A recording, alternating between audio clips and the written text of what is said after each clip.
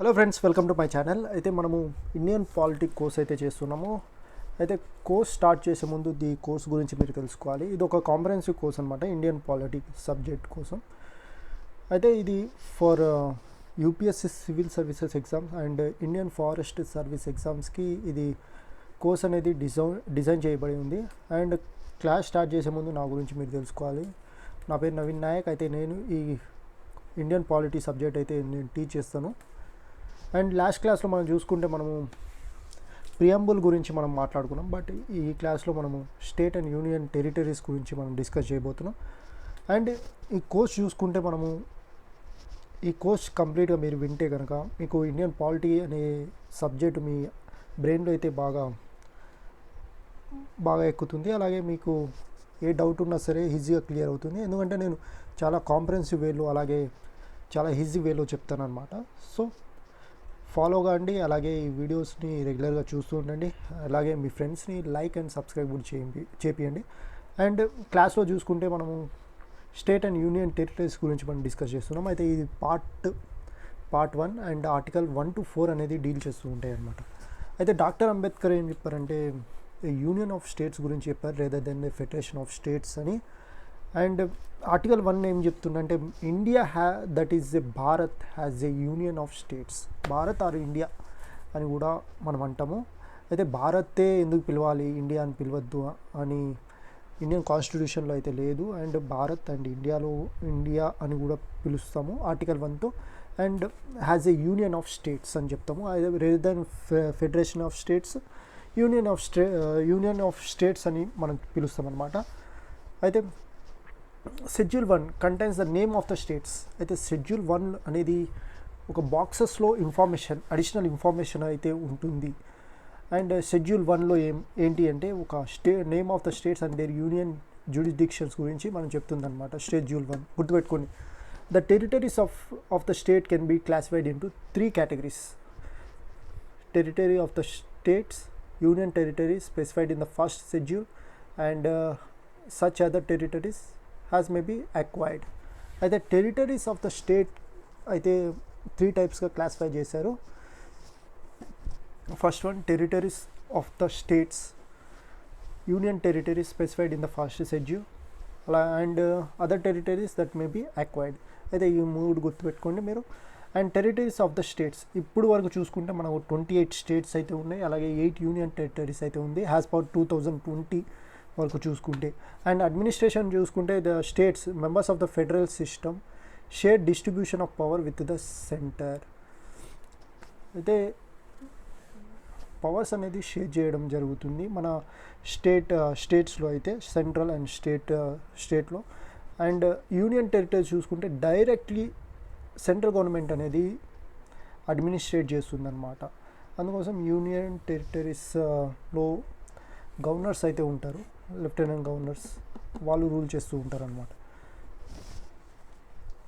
And acquired territories directly administered by the central government. ఇది గుర్తుపెట్టుకోండి. Former union territories Himachal Pradesh, Manipur, Tripura, Mizoram, Arunachal Pradesh and Goa. ఇవన్నీ గుర్తుపెట్టుకోండి. అయితే ఇప్పుడు కొన్ని ఏమో స్టేట్స్గా కూడా కన్వర్ట్ అయ్యాయి.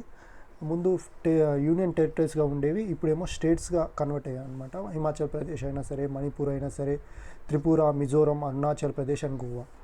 And need for the UTs అంటే పొలిటికల్ అండ్ అడ్మినిస్ట్రేషన్ కన్సిడరేషన్ కోసం యూటీస్ అనేది క్రియేట్ చేస్తారు. And cultural distinctiveness and strategic importance దృష్టిలో పెట్టుకొని ఈ యూనియన్ టెరిటరీస్ అనేది ఫామ్ చేస్తారనమాట. Special treatment and protection of backward and tribal peoples వాళ్ళ కోసం ఇది మనము యూనియన్ టెరిటరీస్ అనేది ఫామ్ చేయడం జరుగుతుంది. And union territories with high court, ఢిల్లీకి అయితే హైకోర్టు ఉంది. అలాగే high court of Jammu and Kashmir became the common high court for the union territory of Jammu and Kashmir and the Ladakh. అయితే జమ్మూ అండ్ కాశ్మీర్ హైకోర్టు ఏది ఉందో ఇది 2 స్టేట్స్కి అయితే 2 యూనియన్ టెరిటరీస్కి కామన్ హైకోర్టుగా ఉందన్నమాట, జమ్మూ అండ్ కాశ్మీర్ అండ్ లడాక్. అయితే ఇది కూడా గుర్తుపెట్టుకోండి.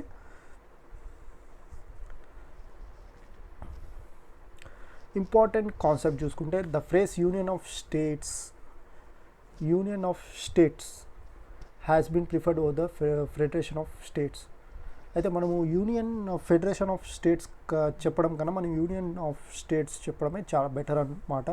ఎందుకంటే Indian federation is not the result of an agreement. అయితే మనము స్టేట్స్ దగ్గర నుంచి ఏ అగ్రిమెంట్ అనేది చేసుకోలేము. అలాగే అమెరికన్ కాన్స్టిట్యూషన్లో చూసుకుంటే మనము అమెరికన్ కంట్రీ చూసుకుంటే స్టేట్స్ అనేది అగ్రిమెంట్ చేసి యూనియన్ లాగా ఫామ్ అవుతాయి అన్నమాట అమెరికన్ ఫెడరేషన్ దాంట్లో. అలాగే మన ఇండియాకి అయితే ఏ అగ్రిమెంట్ లేదు, మనం యూనియన్గా ఉంటున్నాం అన్నమాట.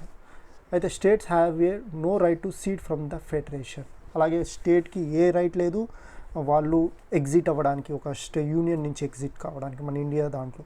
అయితే India is a described as a indestructible union of destructible states. అంటే మన యూనియన్ని మనము ఎలా డిస్ట్రక్టబుల్ చేయలేము, బట్ స్టేట్ని డిస్ట్రక్టబుల్ చేయగలం. ఎలా అంటే కొంచెం స్టేట్స్ని ఒక డివైడ్ చేయడం కానీ, స్టేట్స్ని కొత్త స్టేట్ చేయడం కానీ అలా చేయగలం. అయితే యూఎస్లో చూసుకుంటే indestructible union of indestructible states. అంటే మనము యూనియన్ని డిస్ట్రక్ట్ చేయలేం, అలాగే స్టేట్స్ కూడా స్టేట్ని కూడా డిస్ట్రక్ట్ చేయలేం అనమాట.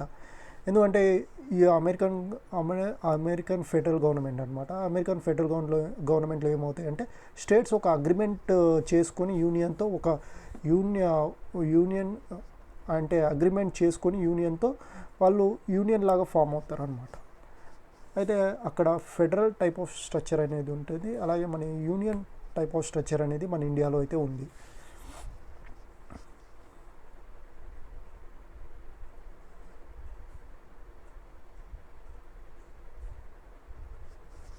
అయితే అమెరికన్ ఫెడరల్ గవర్నమెంట్లో చూసుకుంటే ఒక మెయిన్ పాయింట్ ఏంటంటే న్యూ స్టేట్ అనేది ఫామ్ చేయలేవు అమెరికన్ ఫెడరల్ గవర్నమెంట్లో without the permission of states. అయితే మనము మన ఇండియాలో చూసుకుంటే మనం ఒక న్యూ స్టేట్ అయితే ఫామ్ చేయగలం. అలాగే బౌండరీస్ అనేది కూడా అల్టర్ చేయగలం అన్నమాట. The constitution authorizes the parliament to form new state or alter the boundaries or names of the existing state without their consent. అయితే పార్లమెంట్కి రైట్ ఉందన్నమాట ఒక న్యూ స్టేట్ని క్రియేట్ చేయడానికి అండ్ ఆల్టర్ ద బౌండరీస్ చేయడానికి, అలాగే names of the existing states చేయడానికి కాన్స్టిట్యూషన్కి power ఉంది, అలాగే పార్లమెంట్కి పవర్ ఉంది అనమాట. In the territorial integrity of existence of new state is not guaranteed by the constitution. So మన ఇండియాలో అయితే ఇవి ఉంది, మనకు రైట్ పార్లమెంట్కి అయితే పవర్ ఉంది న్యూ స్టేట్ చేయడానికి, అలా alter the boundaries and name of the existing states without their consent. And union territories can be ceded to a foreign state only by amending the constitution under article 368. అయితే మనము ఒక union territory అనేది ఒక Indian territory ఏదైనా Indian పార్ట్లో ఉన్న place కానీ వేరే ఫారిన్ కంట్రీకి ఇవ్వచ్చు బై ఎలా అంటే ఒక కాన్స్టిట్యూషన్ అమెండ్మెంట్ కావాలి, ఆర్టికల్ 368 యూజ్ చేసుకొని అమెండ్ చేస్తే దానికి అమెండ్ చేస్తేనే మనం ఒక టెరిటరీ అనేది మనం ఫారిన్ కంట్రీకి ఇవ్వగలం. అయితే article 100 constitution amendment act 2025 deal with the transfer of exclusive between India and Bangladesh. అయితే ఈ 100 అనేది కాన్స్టిట్యూషన్ అమెండ్మెంట్ యాక్ట్ 100 2015లో ఈ అమెండ్మెంట్ చేసి మనము కొన్ని ఏరియాస్ మనము ఇండియావి బంగ్లాదేశ్కి ఇచ్చాము, అలాగే బంగ్లాదేశ్ ఏరియాస్ కూడా మనం తీసుకున్నాం అన్నమాట. Supreme court 1969 statement of a boundary dispute between India and other country does not require A constitution amendment. It can be done by executive action as it does not involve the cession of Indian territory to foreign country.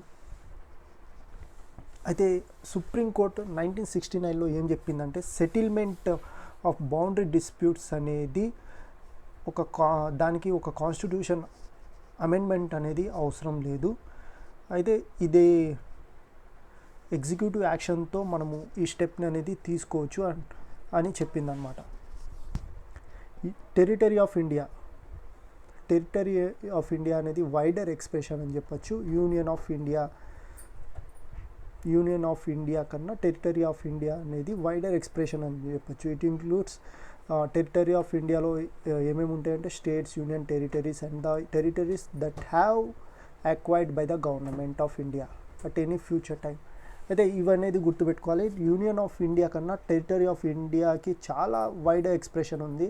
And ఇవి states, union territories and the territories that may be acquired by the government of India, ఒక ఫ్యూచర్లో acquire చేసే territories కూడా మనము include చేస్తున్నాం అనమాట territory of ఇండియాలో.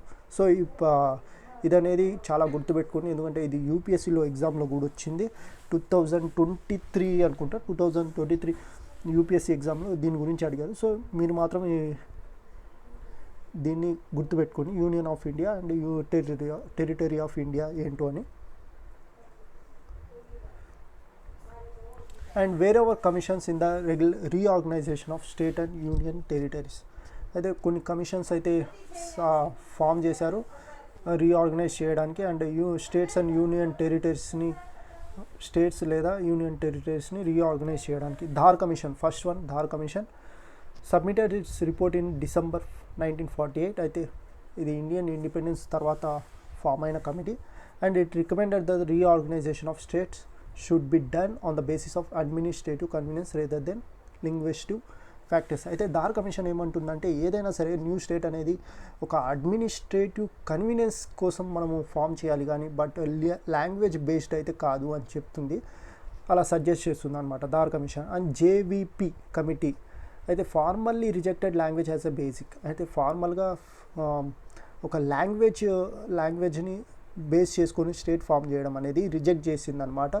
And members చూసుకుంటే జవహర్లాల్ నెహ్రూ, వల్లభాయ్ పటేల్ అండ్ పట్టాభి సీతారామయ్య వీళ్ళు మాత్రం ఈ కమిటీలో ఉన్నారు. అండ్ ఈ కమిటీ కాన్స్టిట్యూట్ అయ్యింది డిసెంబర్ 1948. అండ్ రిపోర్ట్ అనేది సబ్మిట్ చేసింది ఏప్రిల్ 1949లో సబ్మిట్ అయితే చేశారు. And in October 1953 the government of India was forced to create the first linguistic state. And ఈ అక్టోబర్ 1953లో అయితే ఫస్ట్ లింగ్విస్టిక్ స్టేట్ అనేది ఫామ్ చేయడం జరిగింది, అదే ఆంధ్ర స్టేట్.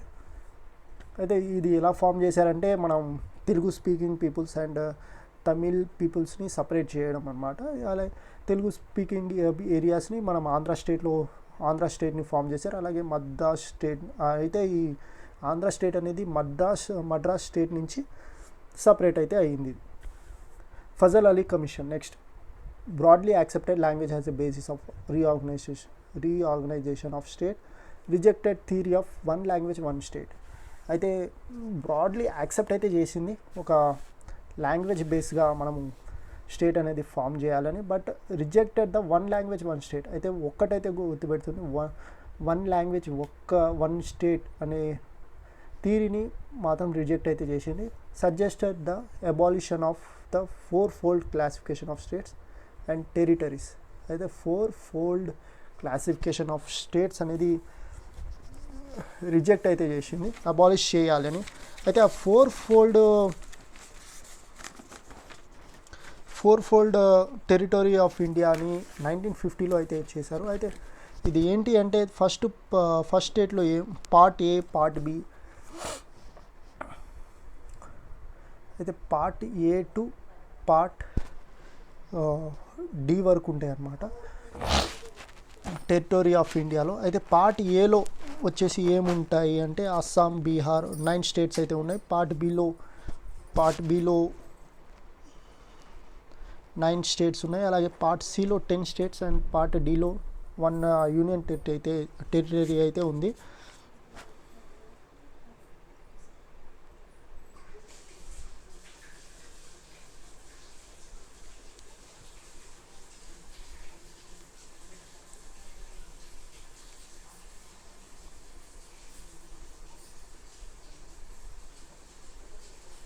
అయితే పార్ట్ ఏలో ఉండడం పార్ట్లో ఏమేమి ఉంటాయంటే ఒక 9 స్టేట్స్ అనమాట. అవి గవర్నర్ ప్రొవిజన్స్ ఆఫ్ బ్రిటిష్ ఇండియాలో ఉన్న స్టేట్స్ మాత్రం ఇక పార్ట్ ఏలో వస్తుంది. అలాగే పార్ట్ బిలో చూసుకుంటే మనము 9 ప్రిన్స్లీ స్టేట్స్ విత్ లెజిస్లేచర్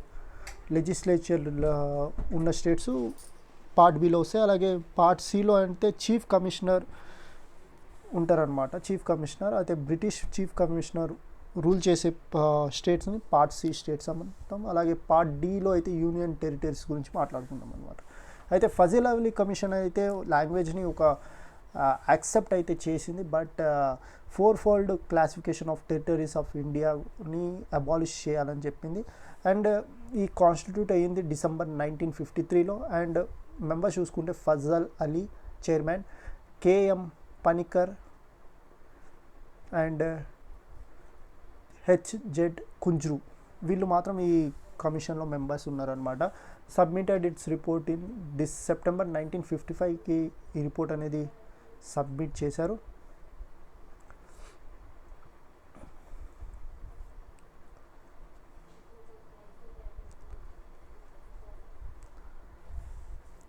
అయితే ఈ గవర్నమెంట్ అనేది ఫజల్ అలీ కమిషన్ని అయితే యాక్సెప్ట్ చేసింది, బట్ మైనర్ చేంజెస్తో ఈ కమిషన్ రిపోర్ట్స్ అనేది యాక్సెప్ట్ చేసింది అనమాట.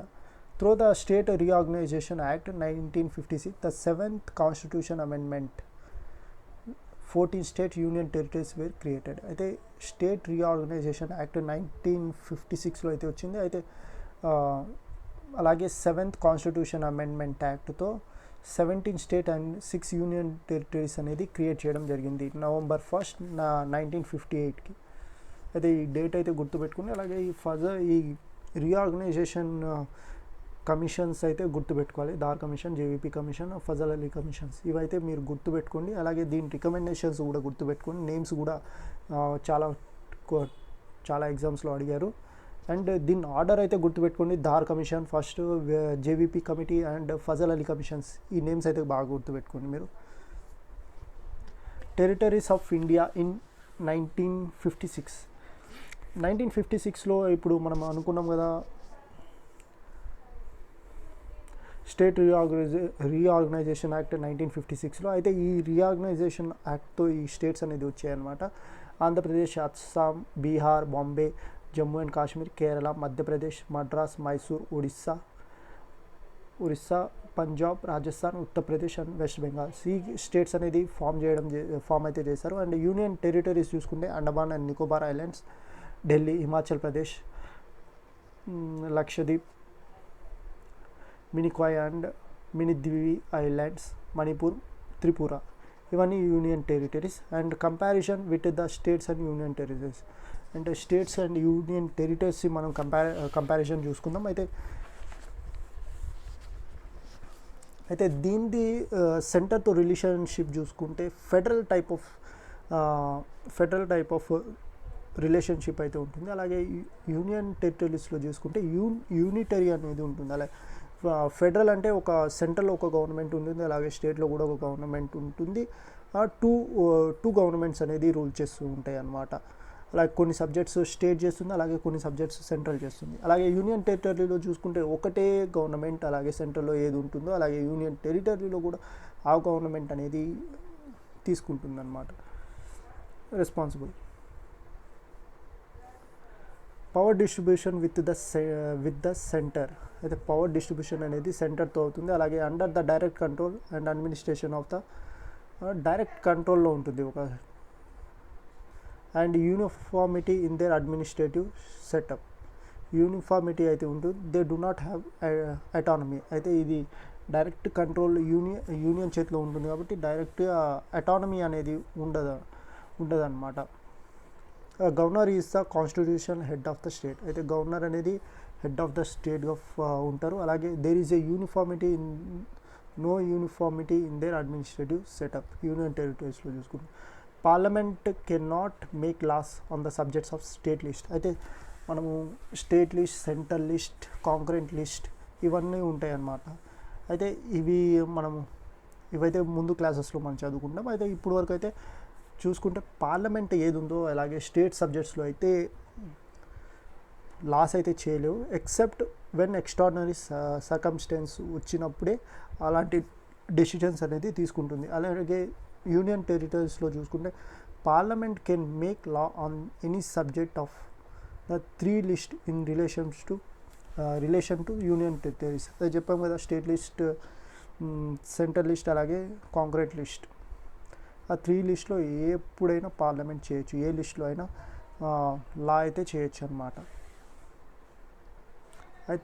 అయితే ఎగ్జిక్యూటివ్ హెడ్ అనేది లెఫ్టినెంట్ గవర్నర్గా ఉంటారు. అయితే states and union territories created after 1956. అయితే ఆఫ్టర్ 1956 తర్వాత ఏమేమి స్టేట్స్ క్రియేట్ అయ్యాయో చూద్దాము. 1960లో bifurcation of Maharashtra and Gujarat అనేది జరిగింది. 1961లో creation of Dadra and Nagar Haveli అయితే జరిగింది 10th కాన్స్టిట్యూషన్ అమెండ్మెంట్ యాక్ట్తో. అండ్ 1962లో Goa, Daman and Diu 12th constitution అమెండ్మెంట్తో క్రియేట్ చేయడం జరిగింది. And French handed over Pondicherry to India 19th constitution amendment act. National capital territory of Delhi 1962లో అయితే ఇవైతే ఫామ్ చేయడం జరిగింది. అండ్ 1963లో నాగాల్యాండ్, 1966లో చండీగఢ్, పంజాబ్, హర్యానా క్రియేట్ అయింది. అలాగే 1971లో హిమాచల్ ప్రదేశ్ అండ్ 1974లో సిక్కిం అయితే క్రియేట్ చేశారు. అలాగే 1987లో మిజోరం, అరుణాచల్ ప్రదేశ్, గోవా ఫామ్ అయింది. అండ్ 2000లో ఛత్తీస్గఢ్, ఉత్తరాఖండ్, జార్ఖండ్ ఇవైతే న్యూ స్టేట్ క్రియేట్ చేశారు. అయితే 2014లో తెలంగాణ అండ్ 2019లో 2 యూనియన్ టెరిటరీస్ అలాగే జమ్మూ అండ్ కాశ్మీర్ అండ్ లడఖ్ అనేది క్రియేట్ చేయడం జరిగింది.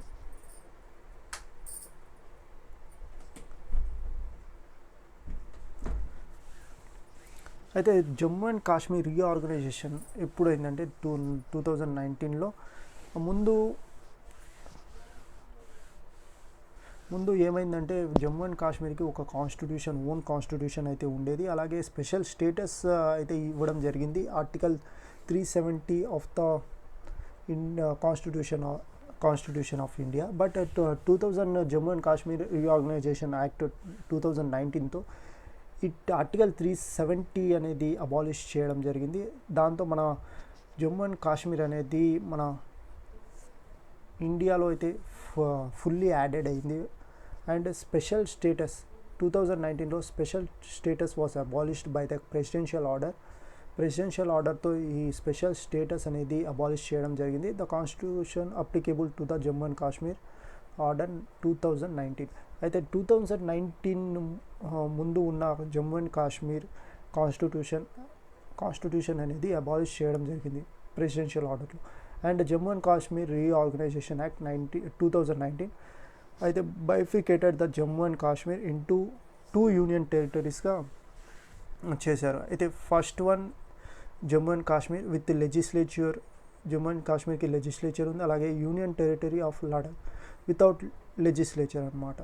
అయితే జమ్మూ అండ్ కాశ్మీర్లో చూసుకుంటే comprises all the districts of erstwhile state of Jammu and Kashmir except Kargil and Leh districts. ఈ డిస్ట్రిక్ట్స్ కాకుండా మిగతా ఉన్న districts Jammu and Kashmir. And ఇక లడఖ్లో చూసుకుంటే కార్గిల్ అండ్ లే డిస్ట్రిక్ట్స్ అనేది లడఖ్లో అయితే యాడ్ చేశారు.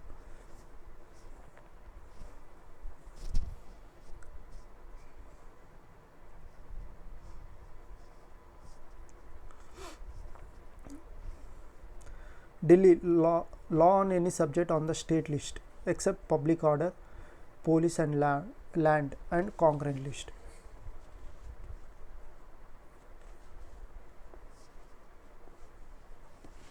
అయితే ఢిల్లీకి ఈ except public order, police, land and concurrent list తప్ప వేరే లాస్ అనేది ఢిల్లీ గవర్నమెంట్ అయితే చేయొచ్చు. అండ్ కాశ్మీర్ చూసుకుంటే law on any subject on the state list except public order and police. State లిస్ట్లో ఉన్న ఆర్డర్స్కి Jammu and Kashmir government form చేయొచ్చు. అలాగే concurrent list and public order and police ఏది ఉందో అది ఈ సెంట్రల్ గవర్నమెంట్ అయితే చేస్తుంది. And Pondicherry laws on any subject on the state list and concurrent list. అయితే స్టేట్ లిస్ట్ అలాగే కాంకరెంట్ లిస్ట్లో కూడా లాస్ అనేది చేయొచ్చు అన్నమాట. And administration of union territories చూసుకుంటే ఆర్టికల్ 239 to 241 ఇన్ పార్ట్ 8లో ఈ అడ్మినిస్ట్రేషన్ గురించి చెప్తుంది. అలాగే administered by the president acting through a administrator after appointing by him. అయితే ప్రెసిడెంట్ అనేది అడ్మినిస్ట్రేట్ చేస్తారనమాట union territories directly or appointing any administrator like lieutenant గవర్నర్ని అపాయింట్ చేసి దాంతో ఆయన పవర్స్ అనేది ఎక్సర్సైజ్ చేస్తారు, అలాగే అడ్మినిస్ట్రేట్ కూడా చేస్తారు. And administrator is a agent of president, not head of the state. అలాగే అడ్మినిస్ట్రేటర్ ఎవరు ఉంటారో ఆయన ఒక ఏజెంట్ లాగా ప్రెసిడెంట్కి ఏజెంట్ లాగా పనిచేస్తారు, బట్ ఒక నాట్ ఏ హెడ్ అని చెప్పచ్చు. Lieutenant governor has been appointed for the ఢిల్లీకి లెఫ్టినెంట్ గవర్నర్ అయితే ఉంటారు. Delhi, Pondicherry, Andaman Nicobar, Jammu and Kashmir and లడఖ్కి lieutenant governor అయితే ఉంటారు. అండ్ అడ్మినిస్ట్రేటర్స్ చూసుకుంటే Chandigarh, Dadra and Nagar Haveli and దామన్-ద్యూ and Lakshadweep వీళ్ళకి అడ్మినిస్ట్రేటర్స్ ఉంటారనమాట. And legislative assembly and council of minister headed by the chief minister. అయితే ఈ యూనియన్ టెరిటరీస్కి అయితే లెజిస్లేటివ్ అసెంబ్లీ కూడా ఉంది, అలాగే కౌన్సిల్ ఆఫ్ మినిస్టర్ కూడా ఉన్నారు, అండ్ చీఫ్ మినిస్టర్స్ కూడా ఉన్నారు. అయితే స్టేట్స్ చూసుకుంటే పంజాబ్, ఢిల్లీ. యూనియన్ టెరిటరీస్ చూసుకుంటే Punjab, Delhi and Jammu and Kashmir. The constitution does not contain any separate provision for the administration of acquired territories. అలాగే మనము ఎక్వైర్ ఏది చేస్తామో ఆ టెరిటరీస్కి స్పెషల్గా ప్రొవిజన్స్ అయితే లేవు ఒక అడ్మినిస్ట్రేషన్ చేయడానికి.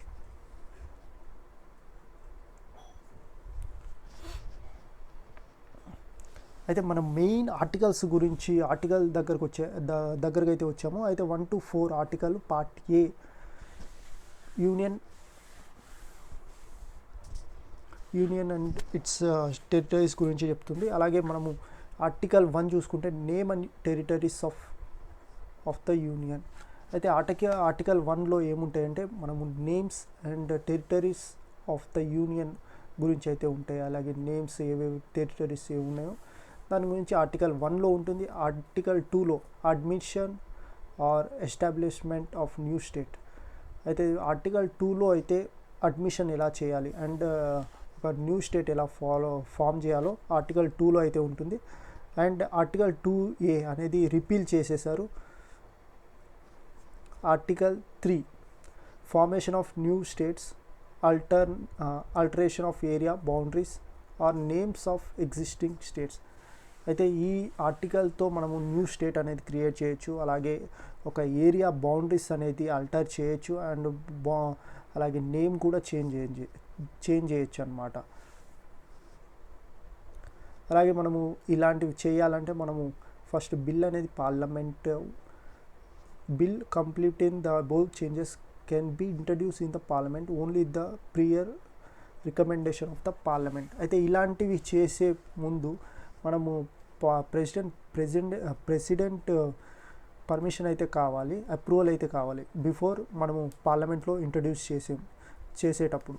అలాగే before recommending the bill president has to refer to the same to the state legislature concern for expressing it's views without a specified time.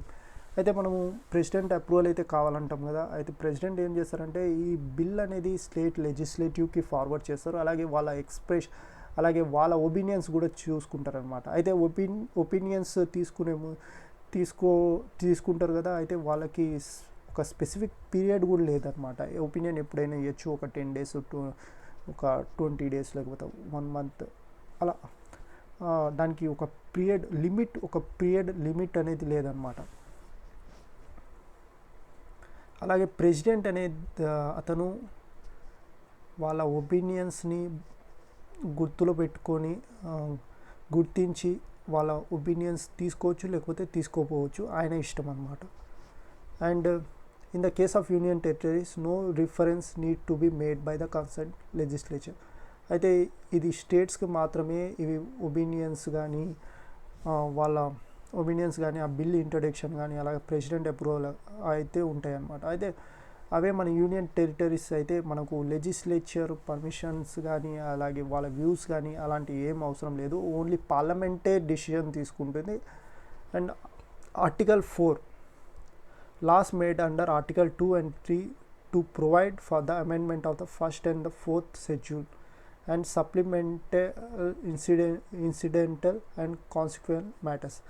అయితే ఏముంటాయో ఆర్టికల్ 2 and 3 అడ్మిషన్ గురించి ఆర్టికల్ 2 చెప్తుంది, అలాగే ఆర్టికల్ 3 అయితే న్యూ స్టేట్స్ ఫామ్ చేయడానికి boundaries కానీ అలాగే వాళ్ళ names change చేయడానికి ఏ ఉంటాయో అవి చేంజ్ అయిపోయిన తర్వాత ఆర్టికల్ 4 ఏం చెప్తుందంటే ఏ ఉన్నాయో అవి ఆర్టికల్ షెడ్యూల్లో కానీ amendment of first and fourth షెడ్యూల్లో కానీ అమెండ్మెంట్ అనేది చేయాలని చెప్తుంది అనమాట. And Article 4 declares that the laws made under Article 2 and 3 are not be considered as a amendment of the Constitution.